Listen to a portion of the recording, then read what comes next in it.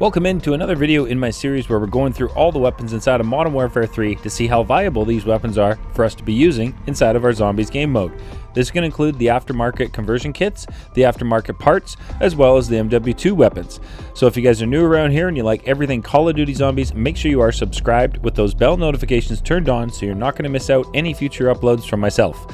As well, down below in the description, you will find the link for my streams. I stream on Mondays and Thursdays, 6 p.m. Pacific, 9 p.m. Eastern Standard Time, and I stream everything from custom zombies to other zombie-related games and generally have a ton of fun over there and would thoroughly love to see you all come and hang out. Now in today's video, we're going to be diving into an MW3 sniper rifle that we first got to see inside of Advanced Warfare. So I'm excited to check this one out, and there's also an aftermarket conversion kit which we are going to put on it. So the aftermarket conversion kits and our weekly challenges get updated on Wednesdays. So this week on Wednesday, we got the update to our weekly challenges, which unlocks the Jack Wide Mouth Barrel conversion kit for the Moores sniper rifle from MW3. So we've gone and unlocked the aftermarket conversion kit for the Moores sniper rifle from MW3. So today's video, we're going to be taking a look at the Moores sniper rifle from MW3, taking it through all three tiers, taking on bounty contracts all the way through to see just how viable this weapon is with its conversion kit for us to be using inside of Modern Warfare 3 Zombies. So hopefully by the end of today's video, you have a really good feel for how this Jack Wide Barrel conversion kit performs inside of our Zombies game mode and whether or not this conversion kit is going to be a viable option for you to be using inside of your Zombies game mode. As well, before we dive into the video, just want to let you all know we are fast approaching our third Black Ops 6 giveaway, which happens when the channel hits 4,000 subscribers. So if you haven't subscribed, make sure you do so you can get in for that Black Ops 6 giveaway. Now without further ado, let's dive into the Moores sniper rifle aftermarket Jack wide barrel conversion kit review video today.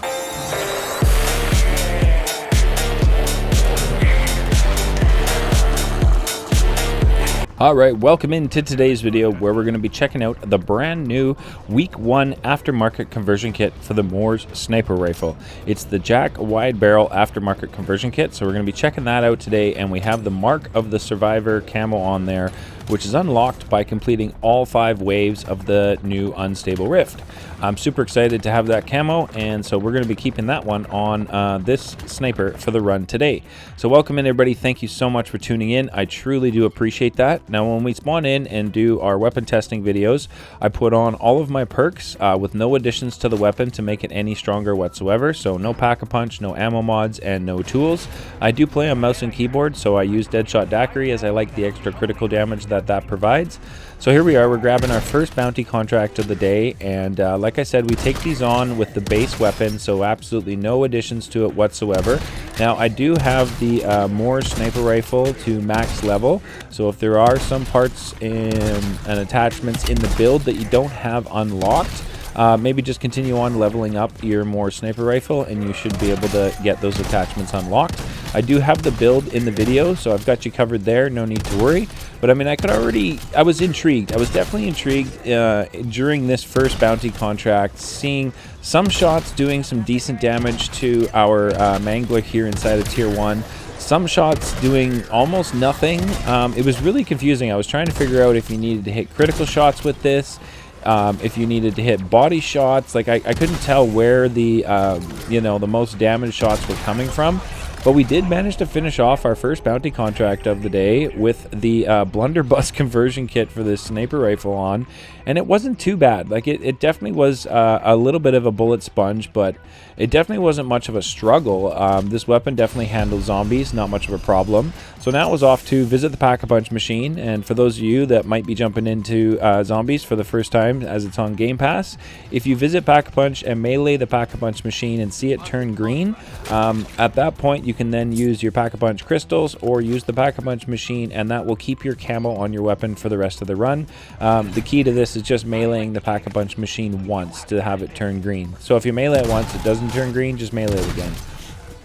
So here we are, we picked up our second bounty contract of the day, and I was really intrigued to see how this one would perform. I mean, we've got just Pack-a-Punch on here, and at this point I was a little surprised. Like I was unsure about this conversion kit and whether it was going to be something that's viable at the base rarity, but seeing the damage increase on our second bounty contract of the day just by visiting Pack-a-Punch, I was a little bit more intrigued to kind of push on with this. So I wanted to throw on Legendary and Shatterblast and see if we could find ourselves another bounty inside of Tier 1 and take that on now at Pack 1, Legendary with Shatterblast, and see how well does this conversion kit perform on the Moors Sniper. As I feel the most damage you really need inside of Tier 1 being Pack 1, Legendary with an ammo mod. So here we are, we got another Mimic, and I was really intrigued to see what kind of damage we could do. I knew there wasn't much of an issue with the zombies. You can see it just get one shot, but you could see, holy smokes, the damage already. I mean, I was 2 shots in, that's 3, and our bounty was done. I was pretty impressed with this, and my feelings on how viable this could be for us to be using was changing as I was increasing the damage output on this during this run today.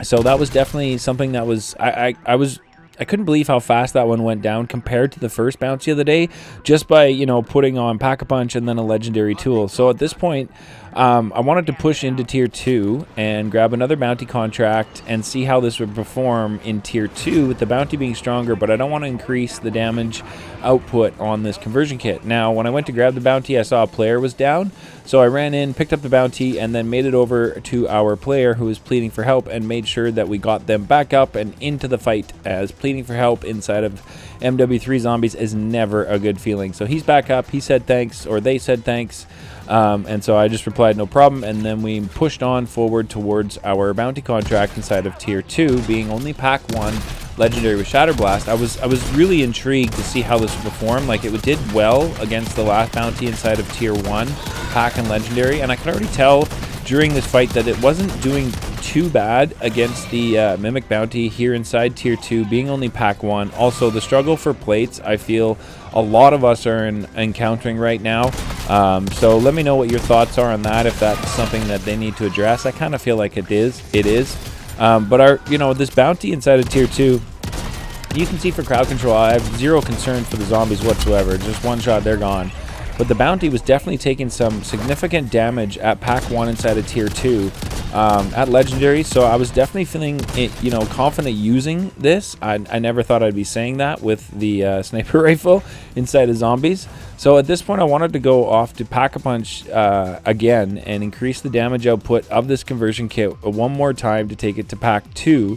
And see what kind of damage output this would do when we grab our second bounty contract inside of Tier 2. Now, before we get to this bounty contract inside of Tier 2, I want to tell you, it took me, I grabbed and canceled 3 contracts to try and cycle through them to grab another bounty to show up in Tier 2. That didn't work. I grabbed a raid weapon stash and completed that, and that spawned me in a bounty contract that was in the middle of a merc camp. It was just a crazy busy Tier 2 for bounty contracts. It was really strange. But we got a Disciple. Now, I usually don't like Disciples, but I was kind of intrigued to see how this would perform against a Disciple at Pack 2 Legendary inside of Tier 2. As I usually just don't like dealing with Disciples, the way they maneuver, the heal ability right there. But this cracks his heal in one shot, which is awesome. And the zombies, like I said, are just a non-issue. You just tap them, nothing. And that Disciple was easy work. Easy work, Pack 2 Legendary inside of Tier 2. At this point, I was kind of excited to head off into Tier 3. Grab the rest of my perks before venturing off and seeing how the Moors conversion kit performed in Tier 3 with, all of the congestion and crowd control that comes with being inside of Tier 3. So we stopped at Wonder Fizz, grabbed the rest of my perks like I always do, and then it was off to see if I could get lucky and grab one of the rituals.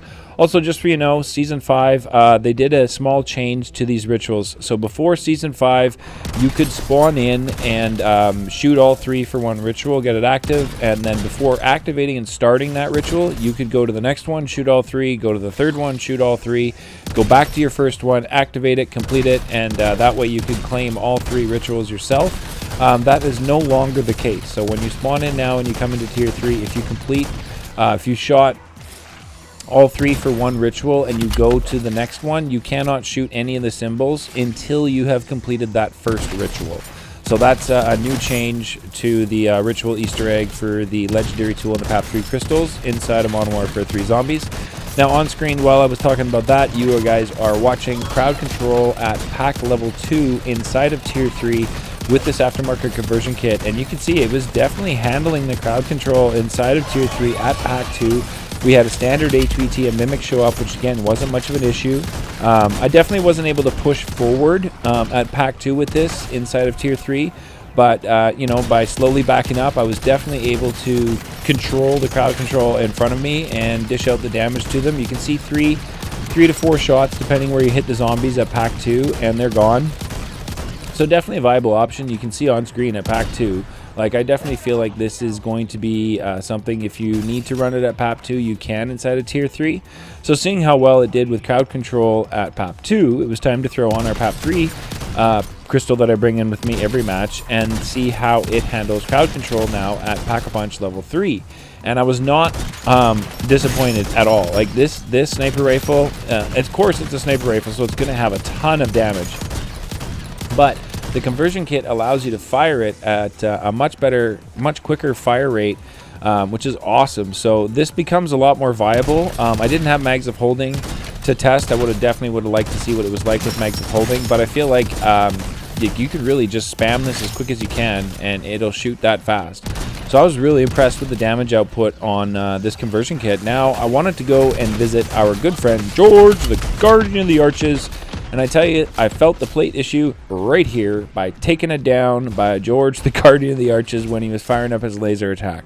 Now, I always say this, just get yourself back up, dust yourself off, don't let it bother you. It's just like in life. We get knocked down, you know, it's all about getting back up and continuing on. So that's what we did. We got back into the fight and continued on. And I wanted to show you pretty much the entire fight with Zhorde here, aside from a few times when I was running around, just so you guys can see how this weapon performs inside of tier 3 when you've got Mega Abomination, HVT, and all of the riffraff and, you know, crowd control that comes with it. Now, I feel like this is definitely a weapon you're going to want to be closer range to your bounties and your megas to dish out the most damage, as it does take away some of the range, the conversion kit. So there's that, but there's two standard mimics right there. We had no issues taking them out. And push him back out so we can get Zhorde to come back and attack us. And he fired up his laser attack right there. We're already one head into taking on Zhorde. But you can see, like, it definitely dishes the damage on the critical shots. It doesn't take out his heads as fast as some other weapons. I mean, the STG I covered in a video 2 days ago, sorry, and the Helix HV SMG, I feel definitely remove during the laser attack of a Mega Abomination a little bit quicker. But having said that, this is not something that's not a viable option. I definitely felt like I was dishing out enough damage to Zhorde and Mega Abominations and Zombies and crowd control inside of tier 3 for this to be a viable option. If you're okay with single fire weapons, I feel like this is one you might enjoy. Also, it's been a while since I've used a blunderbuss inside of Call of Duty, period. I can't remember off the top of my head when we first got a blunderbuss in Call of Duty. So let me know down in the comments, some of you Call of Duty veterans who will know when we got a blunderbuss inside of Call of Duty. But we were able to finish off Zhorde, the Guardian of the Arches, pretty quickly right here. It wasn't much of a struggle with the fight. As you can see, we were able to dish out the damage to the standard HVTs that came at us, the mimics. Check the loot from Zhorde, the standard 1500 cash, large backpack. He dropped me a PAP 1 crystal I didn't need and a perk as I had already had them, so I didn't grab them. So the next thing to do was go off and grab ourselves a bounty contract inside of tier 3 and see how this Moore's sniper rifle conversion kit performs against a Mega Abomination bounty contract inside of tier 3. Now we brought this Mega Abomination over to our cheese spot over here as I wanted to really see how it performs against the Mega Abomination and how much damage each shot is doing to his health bar. So I felt like this location was a perfect opportunity for you all to see the Mega Abomination's health bar while I'm shooting, so that you can see just exactly how much damage that this you know, conversion kit does with each shot on the Mega Abomination for the bounty contract. And for some reason I was getting hit by something there, but I didn't see what it was. I couldn't tell. That was really strange. I didn't know what was that. So I pushed back down, continuing to fire off shots into our Mega Abomination during his laser attack. I'm not sure if this was taking long here because I was catching the edge of the concrete wall or not. I couldn't tell, but we moved down, and with the verticality, we got another laser attack fired up as this Mega just continued to laser us while we were here. Just about took another down right there with the crawlies coming up, firing up their laser attack, or electrical attack, and then our Mega Abomination firing up his laser attack. It was just a lot of damage taken to myself right there, and just about went down dealing with that. But I mean, this spot is a great spot for you guys to come if you've got a Mega Abomination bounty contract in the area, as they don't fit up those stairs. So he'll just hang out at the bottom of the stairs right here, and if you're above him, like I've always said, with verticality, the Mega Abomination should continually just fire up his laser attack, allowing you to fire off those critical shots at a much higher rate than if you were just kind of running around trying to deal with the Mega Abomination and all the riffraff that comes with dealing with a bounty contract in the area inside of tier 3. We pushed down. I mean, I was almost done with the bounty contract here, so I wanted to push down. I saw that container was there, which had some pretty decent loot, but nothing I really needed. And then I was worried I was about to get cornered in here, because as soon as I jumped down, all the zombies started showing up out of nowhere. I was a little concerned that I was going to go down right there. Mega Abomination turned around to leave, and we pushed forward and fired up shots into the laser, and you can see the damage we're dishing out is not bad.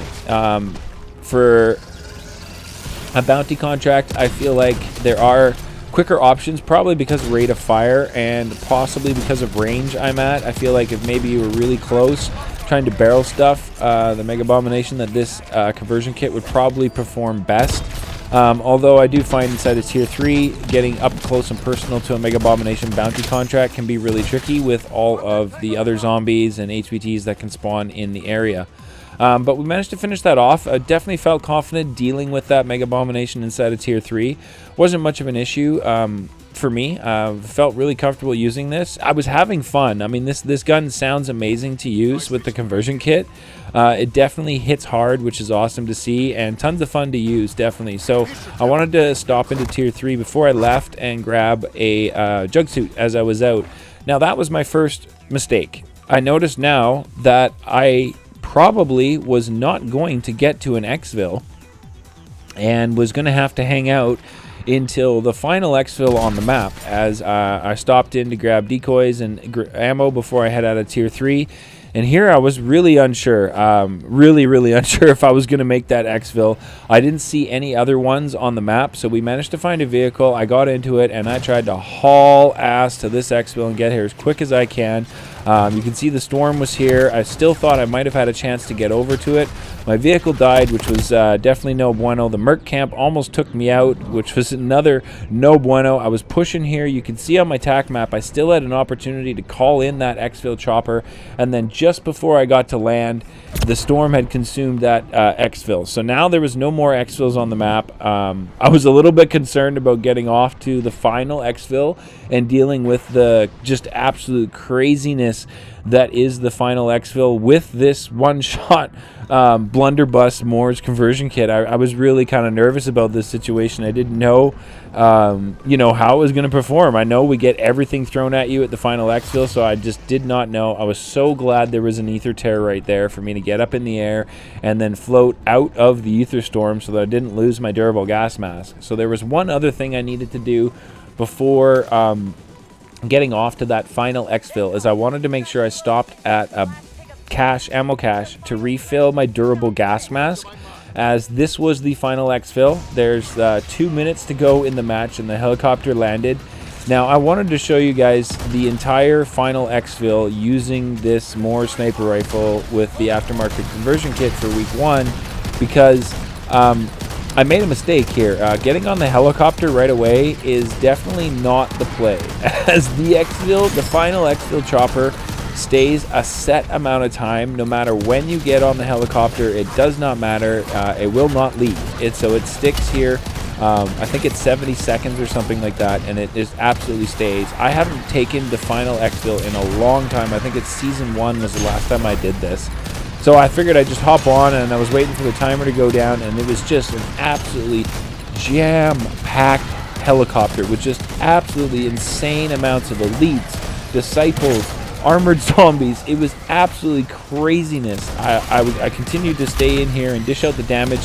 The Moors sniper was doing absolutely amazing in this situation. Definitely felt like I was dishing out enough damage. The issue I had was constantly having to put plates on. At this point, I was wondering if maybe the play was to head out of the exfil chopper and you know, let the riffraff kind of dissipate a bit before moving back in. I had Casimir's I picked up, so we thought we'd put one out there. We got down to the final 35 seconds of the exfil. At the final exfil, we're now inside 30 seconds to go on the map before it actually kicks you out and you are done. So I was really nervous here, but I could definitely feel the power of this sniper rifle conversion kit right here. I mean, you can see we just one-tapped 2 disciples right there at the final exfil. Not much of an issue at all dishing out the damage. The only real struggle I had here at the final exfil was, like I said, when I went into the helicopter a little bit early and literally had the entire exfil with me inside the helicopter. Insane craziness. Tons of fun to use this week 1 aftermarket conversion kit for the Moors. If you guys haven't had a chance to get it unlocked, I highly recommend giving it a go, getting it unlocked and giving it a run. I thoroughly enjoyed using it. It's a little bit different of a weapon to use. It's tons of fun and dishes out the damage, so I would rate this as definitely one that is viable for us to be using inside of Modern Warfare 3 Zombies. It is a little bit different than the weapons we usually use, as it single fires, but tons of fun. This is the Jack Wide Mouth Barrel aftermarket conversion kit. Its pros and cons are there, and this is the build I used on today's weapon, today's run. So if you guys want to make any suggestions to the weapon build, let's work together down in the comments for that. And the camo that I ran on there is the Mark of the Survivor for completing all 5 waves in the brand new Unstable Rift. Thanks so much for tuning in, everybody, and we'll catch you guys in the next one.